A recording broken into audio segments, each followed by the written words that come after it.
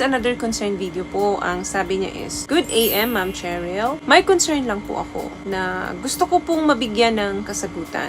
48 years old na po ako. May partner po ako na 61 years old. Minsan po kasi nabanggit niya na after naming mag-sex, bakit daw konti ang lumabas sa akin. Napahiya po ako, di ko lang sinabi sa kanya at nabahala po ako. Baka kasi ipagpalit niya ako.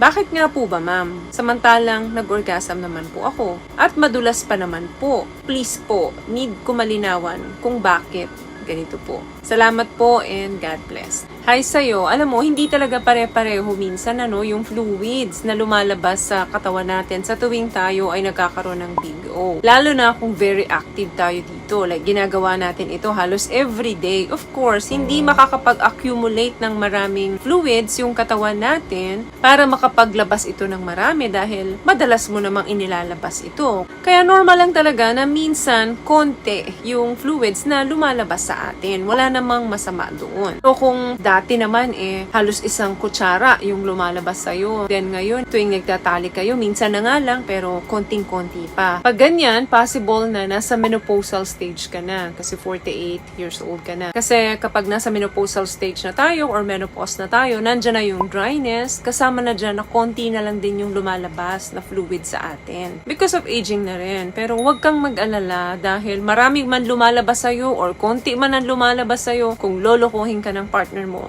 lolokohin ka niyan. Hindi natin pwedeng gawing batayan na dahil konti na lang ang lumalabas sa'yo, maghahanap na siya nung mas bata sa'yo dahil yun, maraming fluids ang inilalabas. Natin na ang healthy relationship, hindi lamang sex ang basihan yan. Binubuo ng pagmamahal at respeto doon sa partner natin. Kaya wag kang matakot. Hindi mo yun kawalan. Kung sakaling ipagpalit ka niya, hindi yun dahil sa konti na lang ang lumalabas sa'yo. What I love about this product, itong No More Dark Secret ng CaySkin, bukod sa may advanced whitening na siya na kung saan pwede niyang matulungan na pumuti yung mga singit-singit mo, moisturizing, meron siyang anti-irritation, antibacterial, maintain healthy pH level. Hindi lang pambabae, meron din po tayong pang lalaki. Another thing, possible din na stress ka nung time na nagtali kayo kaya konti lang ang lumabas sa'yo at napansin niya yon. Ganda nga yun at naging open siya sa'yo. Hindi naman ibig sabihin na sinabi niya sa'yo na konti na lang hindi niya nagustuhan. Maaring nasabi niya lang sa'yo yon dahil na-compare niya nung mga nakaraan sagana. Bakit ngayon medyo matipid yung inilabas mong fluid. Binigyan ka lang niya ng awareness pero wala naman siguro siyang ibig sabihin doon. Kaya huwag kang matakot. Sabi nga nila, ang takot ay nasa isip lamang.